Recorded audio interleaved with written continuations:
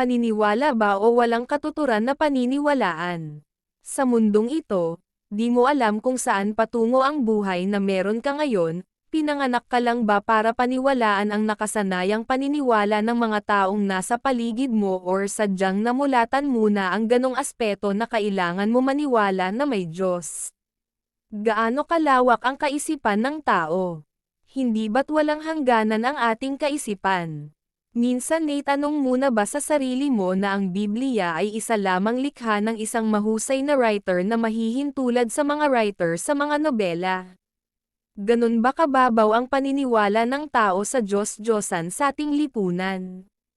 O sadyang nagpapatangay lang tayo kung ano lang naririnig natin at nakikita?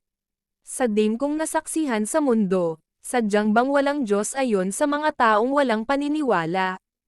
Gaano katibay ang iyong paniniwala sa Diyos? Paano masusukat ang pagiging tapat mo sa Diyos na meron ka? Hindi ba't mahirap panindigan ang isang bagay na pinagmulatan mo lang para maniwala kagaya ng kinagisnan mo sa iyong mga magulang at lola na may Diyos sa ating mundo at siya ang may likha?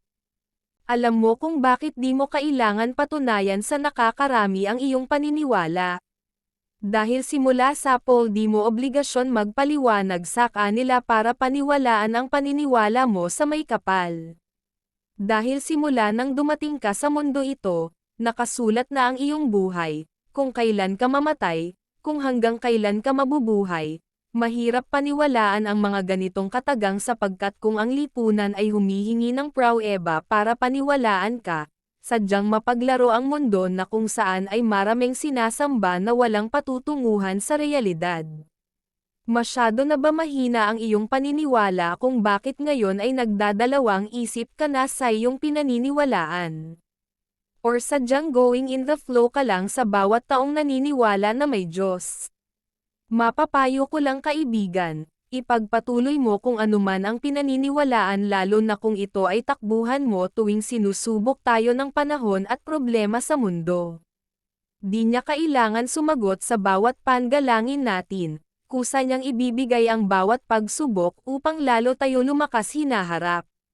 Kaya wala kang gagawin kundi magpatuloy mabuhay sa paniniwalang may Diyos na naggagabay sa atin.